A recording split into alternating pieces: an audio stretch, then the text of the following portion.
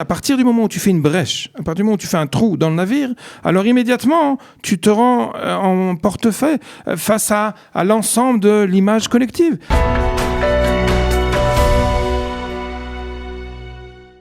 Et nous nous retrouvons comme chaque lundi avec le rabbin Avraham Drey. Bonjour Rav Drey. Shalom, shalom Olivier. Merci d'être avec nous pour répondre aux questions des auditeurs sur différents sujets. Je rappelle que vous êtes rabbin à Gomel Chesed d'une communauté d'Ashdod et vous êtes aussi directeur de Shadachim qui fait le lien entre la France et les rabbins francophones d'Israël. Et nous avons ce matin une question qui va nous plonger au cœur de l'actualité puisqu'on va parler un peu de ce qui se passe actuellement, de ce qu'on voit dans l'actualité. On en entend beaucoup parler. C'est un peu tout ce qui se passe dans le milieu orthodoxe, en tout cas dans une certaine partie du milieu orthodoxe. Et c'est une question concernant l'ouverture de Talmud et Torah, des écoles dans ces milieux-là. Et on nous pose la question, comment comprendre la position de certains dirigeants du monde orthodoxe, parce qu'il faut bien préciser que ce n'est pas tout le monde orthodoxe, d'ouvrir justement ces Talmud et Torah, ces écoles, alors que ça va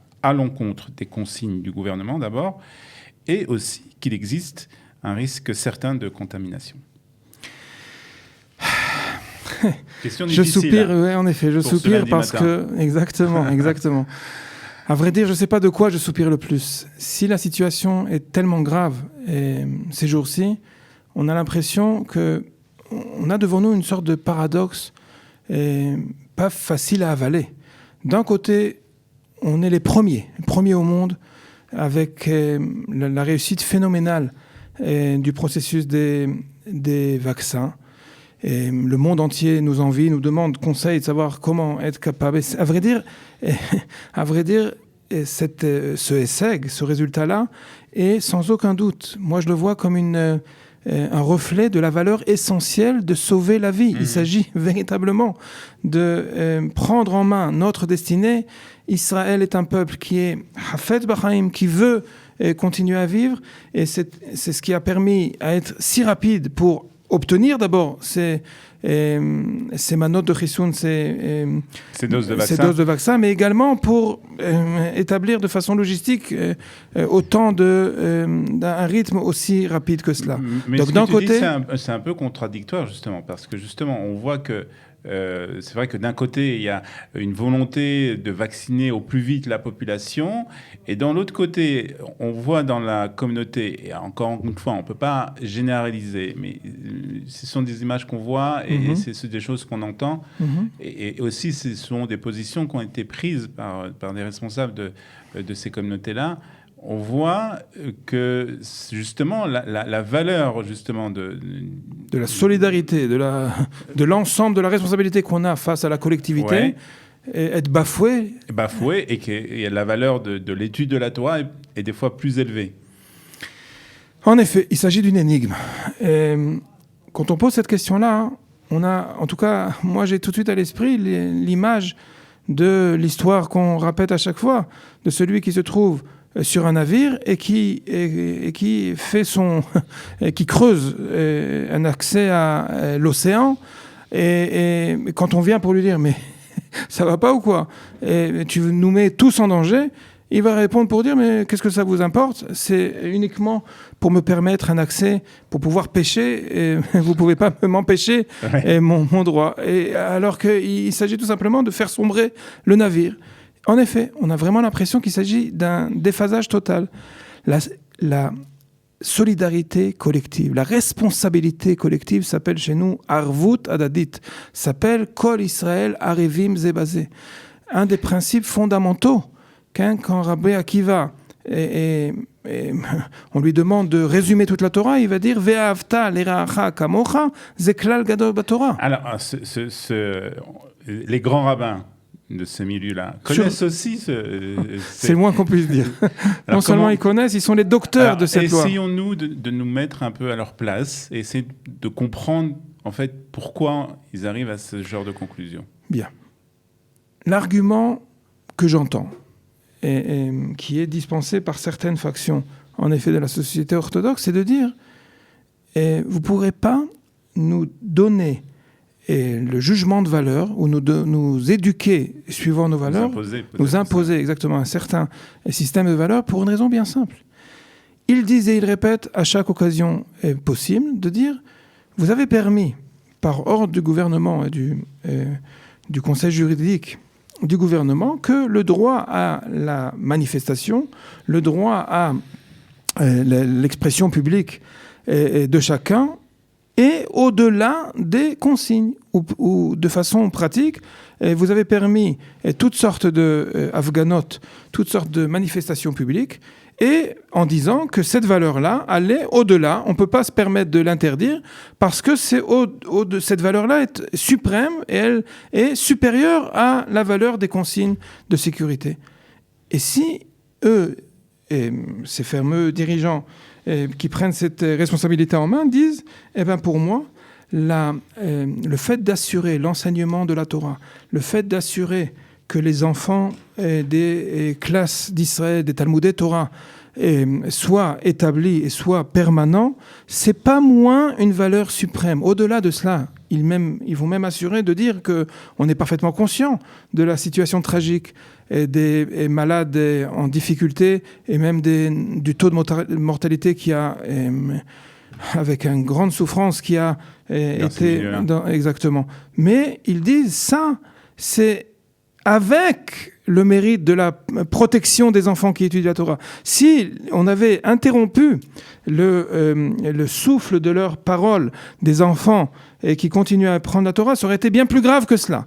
On a ici une sorte de guerre de valeurs, guerre de savoir quelle est la valeur suprême qui va permettre de mettre de côté la responsabilité publique, le respect et la fidélité à l'obéissance aux consignes du ministère de la Santé. Mais la Torah est assez claire dans ça. Elle On est parle de parfaitement Pikuach Nefesh au-delà de tout. En effet, et eux aussi, ces fameux rabbins. Vous parlez tout à l'heure des grands rabbins. Les grands rabbins l'ont dit et répété.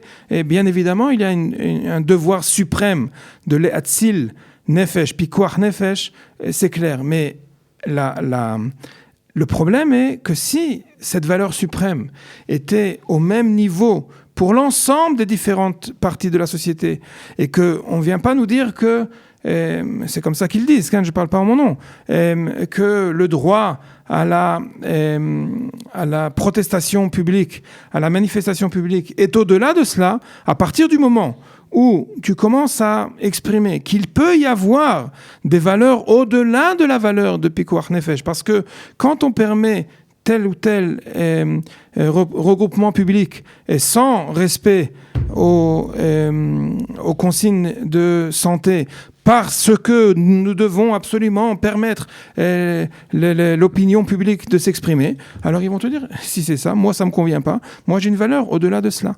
Clomar. S'il s'agit pour tous de dire Pikuach Nefesh, c'est au-delà de tout, et on met tout le monde au même niveau, alors en effet. Mais si tu fais certains cas et tu les mets au dehors, tu donnes des exceptions, voilà. Tu donnes des mesures exceptionnelles pour d'autres valeurs, alors moi, j'ai pas moins de valeur que toi. Et moi, je peux me permettre ça. Maintenant, après avoir essayé de donner un argument à tout ça, je tiens à dire que c'est difficile. C'est difficile. Je reprends ce que j'avais dit au départ. Quelqu'un qui vient et qui dit « Mais moi, j'ai le droit de pêcher sur le navire et par conséquent, je veux avoir accès aux eaux de la mer. » Eh bien, ça veut dire, et je ferai tout pour l'en empêcher. Ouais. Parce que ça veut dire, c'est pas seulement sa liberté personnelle, il s'agit pas de sa liberté individuelle, il s'agit de mettre en danger l'ensemble. C'est un problème de solidarité collective, en fait. En effet, c'est un problème de solidarité collective, mais à partir du moment où tu fais une brèche, à partir du moment où tu fais un trou dans le navire, alors immédiatement, tu te rends en portefeuille face à l'ensemble de l'image collective. Si il s'agit d'une mesure pour l'ensemble de tout, pour l'ensemble de toutes les parties de la Chevra, de la société israélienne, ça devrait être en effet au-delà de tout. Je permets malgré tout de mesurer la difficulté de ces paroles-là pour une raison bien simple. Les rabbanim, les dirigeants, que ce soit politiques ou religieux ou spirituels, du monde orthodoxe, ont dit de façon claire, établie de façon claire, qu'il n'y a absolument aucune permission aucune possibilité de justifier un tel danger pour la santé publique. C'est important ce que tu dis, c'est-à-dire que la grande majorité quand même, la quasi-majorité des dirigeants, les grands rabbins d'Israël, etc., ont quand même été très clairs sur ce sujet. Pour condamner ce genre de conception, ce genre d'anarchie, entre guillemets, d'une certaine partie de la population, c'est clair. Mais je veux simplement, j'ai essayé d'être l'avocat de cette argumentation pour dire que s'il s'agit maintenant de mettre en valeur certains principes de la société israélienne au-delà des consignes de santé, alors dans ces cas-là, et moi aussi, j'ai pas moins de valeur que vous. Moi aussi, j'ai autant de possibilités. Il faut comprendre.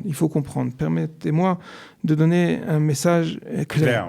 Exactement. Pour conclure, parce que c'est important de conclure aussi, pour être tout à fait clair, la Torah ne permet pas.